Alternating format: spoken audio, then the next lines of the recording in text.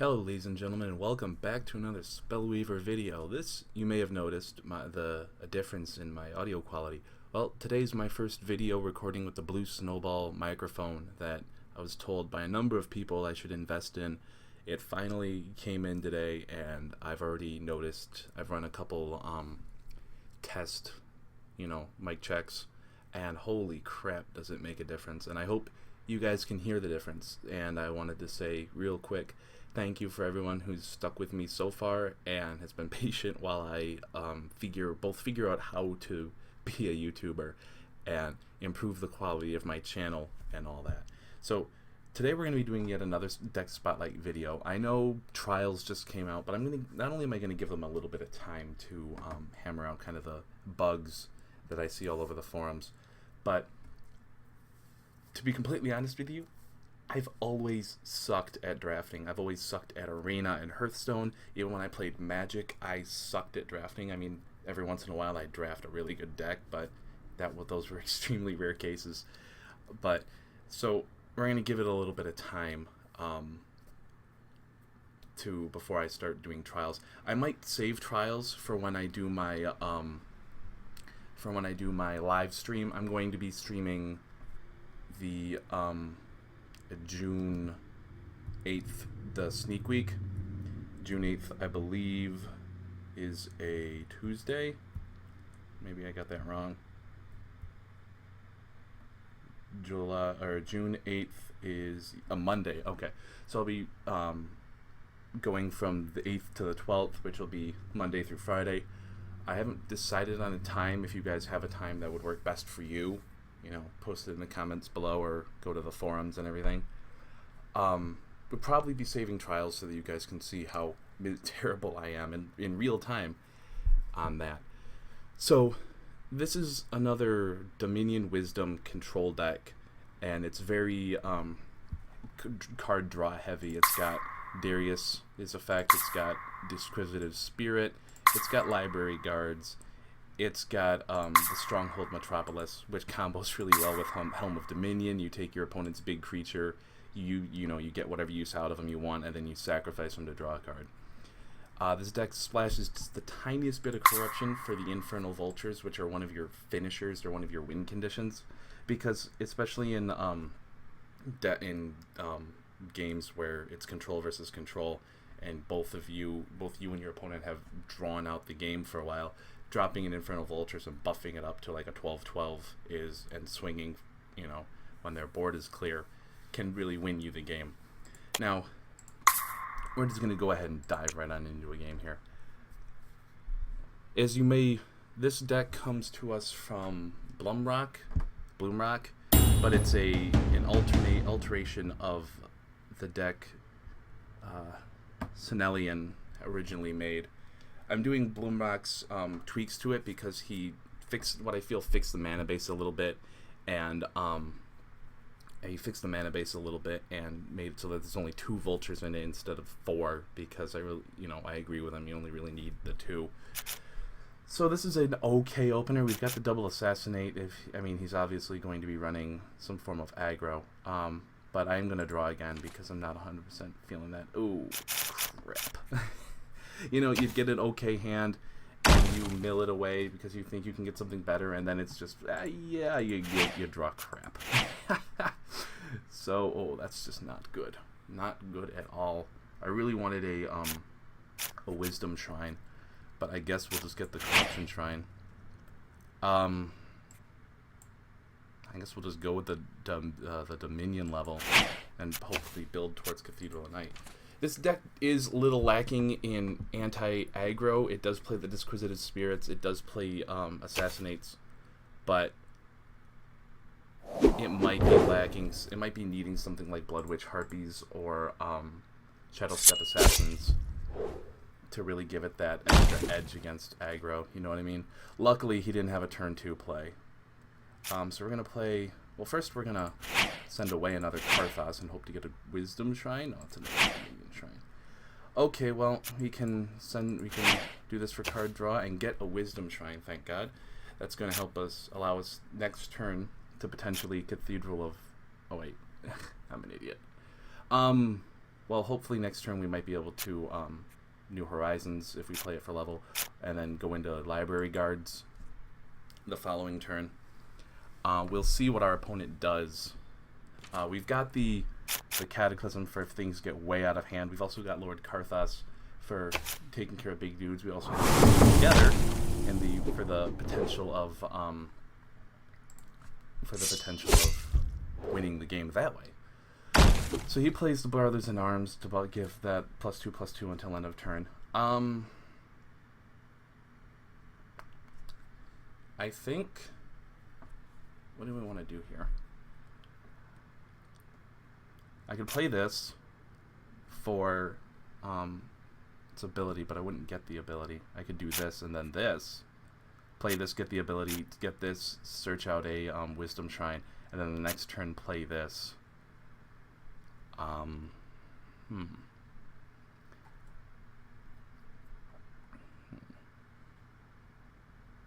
I think what I'll do is I'll do this for level, do this, get a another Dominion level, so that we're closer to Karthos and Cataclysm. And then next turn I'll play this for its level and its ability, and then we'll just drop the Library Guards. Like I said, this deck has some trouble with aggro, and unfortunately we're facing off against nature aggro. So we're going to be taking 5, going to at least 11 if he doesn't have any other elves to play to buff up the Grove Guardian. We do have the Cataclysm, you know, in the wings. So as long as we can survive to play the Cataclysm, I feel like we're going to be in a really good spot. So he played the Primordial Trent. That's going to allow him to save his elves from potential Cataclysm. That doesn't cost anything, does it? No. He's going to put... But what's really funny is if he does buff this up and put all his elves in here, we can play Helm of Dominion, take it, and then potentially sacrifice it or something, and get all those elves on our side. So we're going to play the Cathedral of Night, get the Vampiric Touch ability, and we're going to play the Library Guards. Very good card. It's going to pretty much just chump block his Primordial Trent right now, I think. If he thinks, oh, well, he's just going to Cataclysm, and goes for putting all his elves in the Primordial Trent after he attacks, then we are just going to steal it. We're just going to steal it with him and really ruin his day. He's going to give all his guys Swift, and this is 1... This is 6, 8, 12. So this is lethal. We're going to block the biggest amount of damage. 3, 4, 5, 6, 7, 8. So this is still a lot of damage we're taking. But, again, is that lethal? I think that's lethal. Nope. We're going to be at 1. Oh. Well, I'm an idiot. Okay, well, as you guys saw, this deck does have issues with aggro, and we got off to a oops. I did that again. We got off to a slow start, and our opponent didn't get off to a slow start, so we're just gonna play another game.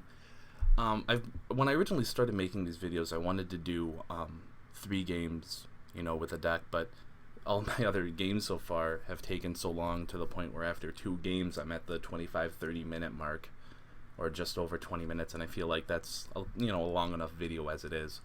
So if we get to event, I am going to be moving in towards playing some more aggressive decks in these. I know I've been spotlighting a lot of control and a lot of slower decks. So, but I will be playing some aggro decks down the line. Again, if you guys have a deck you want me to spotlight, then just send it to me and I will play it.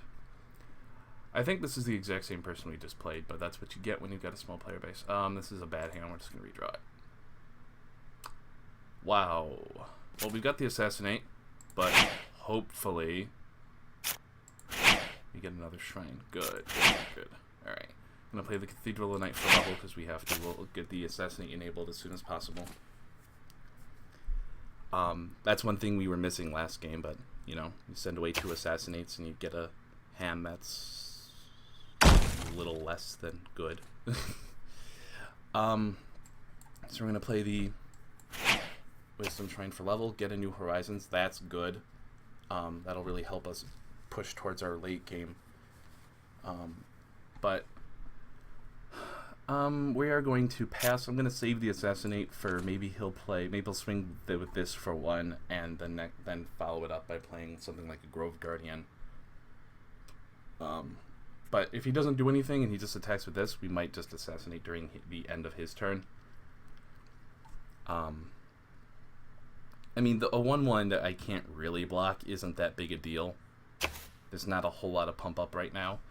So, alright, so that's just another Elf Scout. So that's going to be annoying, but I can just assassinate one of these.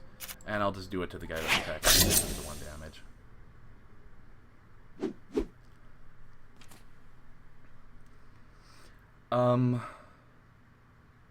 Let's actually, because of what I have in hand, because I can go Temptress of Deceit and then Library Guards next turn, I'm not going to play the New Horizons. I'm actually just going to play Temptress of Deceit.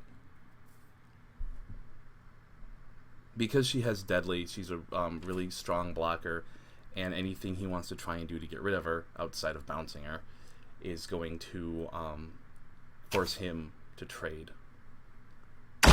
So there's the brothers in arms. I'm going to play the Library Guards next turn, so I won't have enough mana to use her ability, so I'm actually just going to attack the Brothers in Arms and get a 2-for-1 out of that.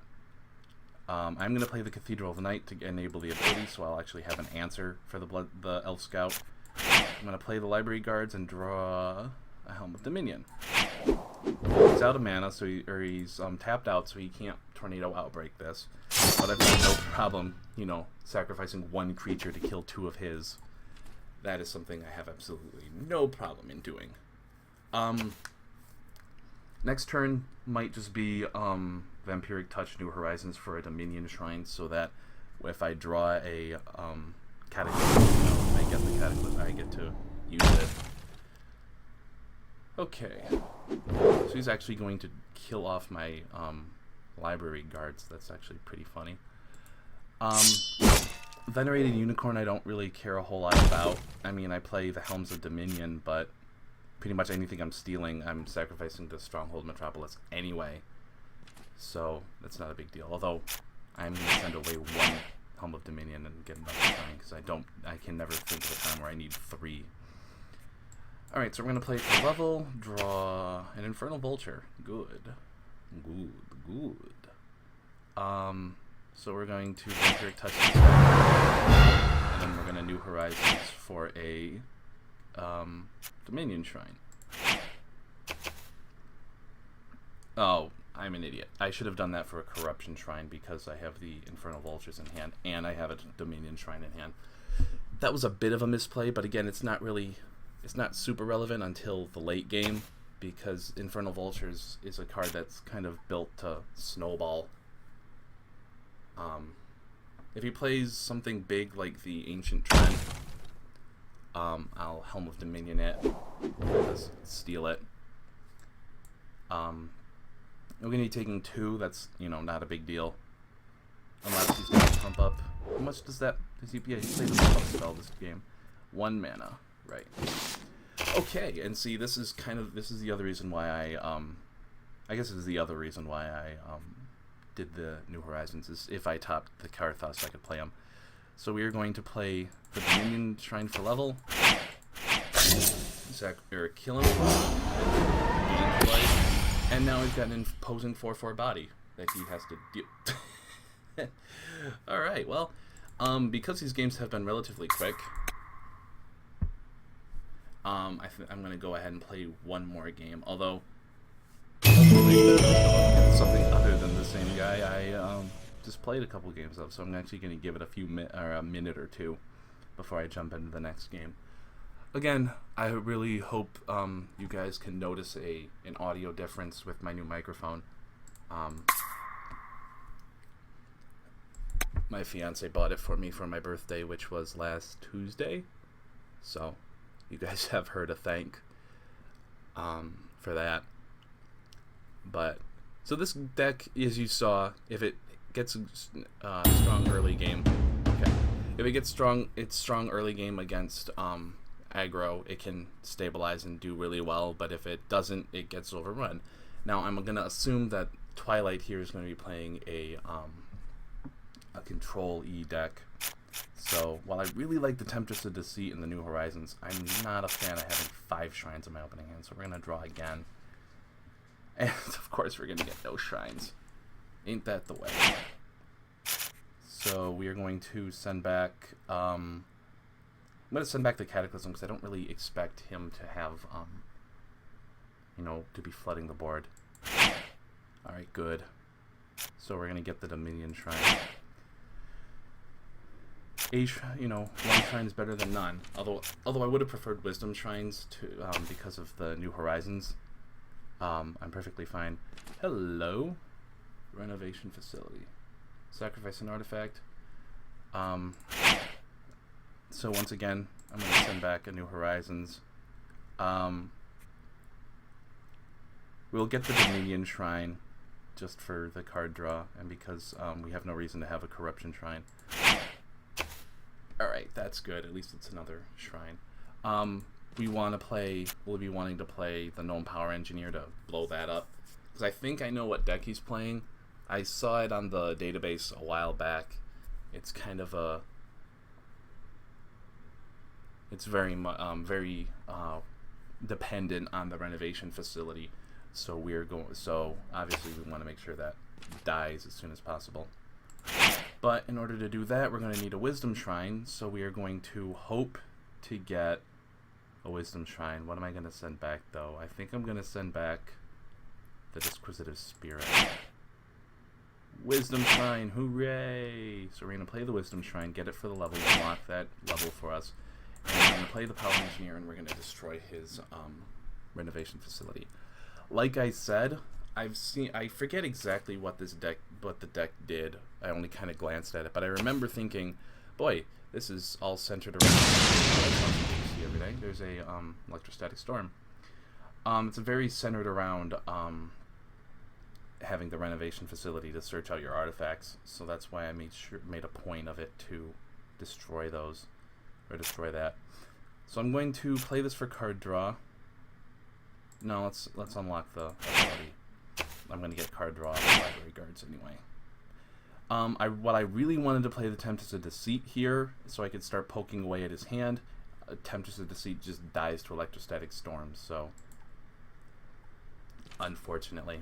This doesn't because of the way Electrostatic Storm was changed, although he does have the the energy burst to give it to power, but that's going to cost him 3 mana, so it would pretty much be the only thing he'd be doing with his turn. So Contraptionist is going to search him out another Obelisk of Unity. That's fine. He hasn't played a Shrine this turn? Nope, there it is. I was about to say, if he's mana screwed, then that's, you know, good news for us. Wait, oh. Give another card. Okay, I thought that could only give artifacts energy. So it looks like we're up against a mono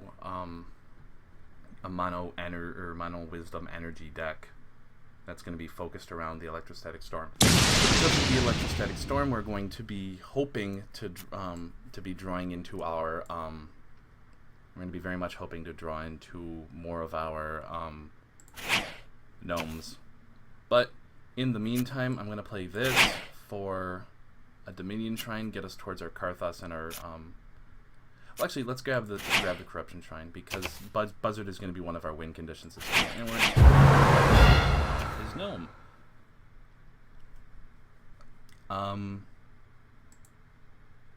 So we're going to go ahead and pass the turn. This is at the end of your turn, gain 1, has more than 5, so that's just, those aren't going to pop. I have made mention of it in the past. I think this game could use a kill everything, you know, including kill spells, kill minions or creatures, kill artifacts, just wipe the board completely. I think that could be a good, a useful ability for the game, or a card. I'm sorry, but that's just me. You know, comment if you think I'm wrong, or comment if you think I'm right, or go to the Spellweaver forums and discuss it with the rest of us. So is he really going to... Wow. So if I manage to top my end power engineer, then this goes bye-bye, and he has really invested a whole lot in a single card. So we're going to do this for the card draw, because there's nothing I really want to kill with Karthus. We'll save Karthus for when, you know, he drops a big bomb or something. We're going to draw another card. We're going to get Library Guardians. I gotta save Infernal Vultures for when I have a whole bunch of mana and I can play it and buff it up a whole lot. But in the meantime, we're just gonna sit on the cards in our hand. He's gonna be losing creatures just along with me. Not 100% sure what his win condition is going to be here. I saw a Grand Reunion deck a while back that had, you know, this kind of idea. So, oh, there it is. That's the win condition is Lapis up here. Well, we're gonna take less damage out of this, and so that's kind of annoying. Let's draw a card. There's Library Guardians. Let's draw another card and see what we get. Okay. Now he's going to kill one of these off, but at least then we'll have another body for his, to block his lamp. Oh, wait, no, this is during his turn, or during my turn, it's going to get blocked. So we do have, we can double block his lamp and kill it if he decides to attack with it. Right now we're just kind of digging for our power engineers. Although he, to be completely honest with you, he probably has another, storm sitting in his hand, just ready to go up. Okay, well, I didn't really expect to encounter a deck like this, to be completely honest with you, ladies and gentlemen. Oh, we're going to draw a card. There's a power engineer, so we're going to destroy one of his lamps. We'll play this for another Dominion, just so we're ready and able to play Karthus whenever we need to, and it helps thin out the deck so that we're not drawing shrines when we need other cards. Alright.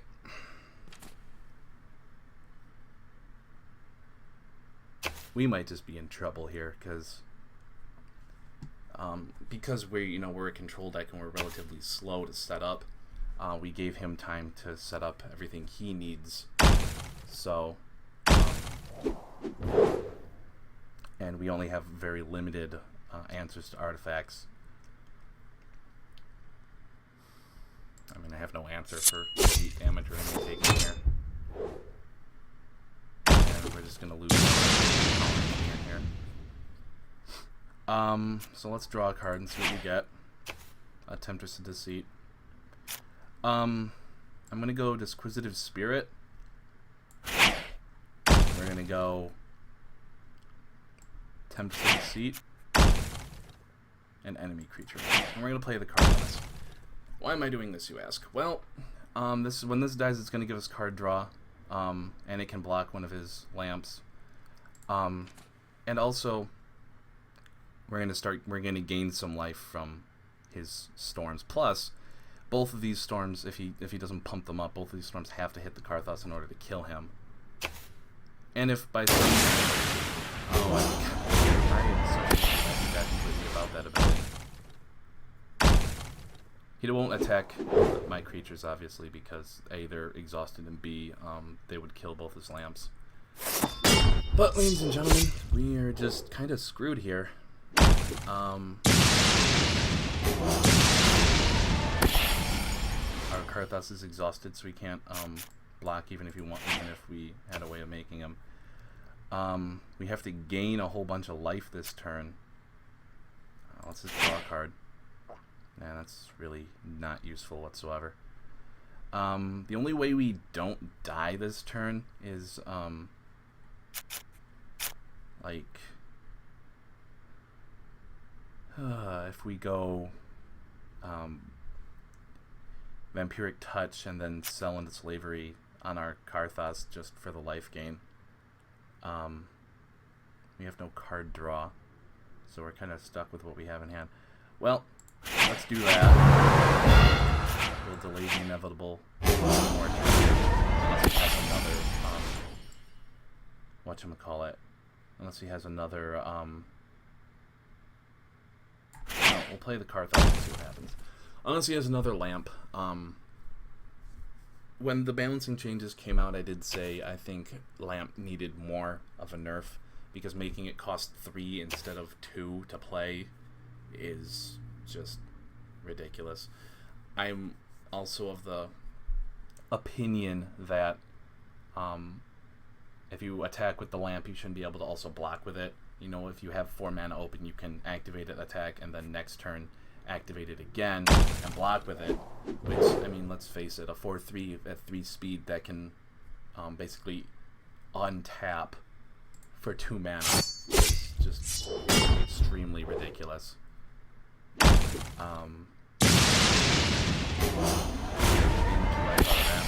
a card, even though it's not gonna. Nope, ladies and gentlemen, we are just completely and utterly screwed. Well, GG to our opponent. Time to resign. Well, I was hoping for a little bit better of a showing from this deck, but you saw that it has good control, or a good anti-aggro control, and you saw that you know, Lamp in Storm is still viable. But I do still think further changes to Lamp as a Fear need to happen. But what can you do? Well, I hope, either way, I hope you guys enjoyed this video. I hope the Snowball really made a whole bunch of, or a whole lot of difference in the audio quality. And as always, guys, if you like this video, please thumbs up, subscribe, comment, you know, the whole nine. Everything you do with the video helps support Spellweaver. I make this channel for the Spellweaver community. I take all their input and I put it into this. I take all their opinions and things that they want to see. So the more input I get from you guys, the better the channel will be. But that's going to do it for me, guys. As always, may the cards rise to meet you and bring good RNG to your enemies' enemies.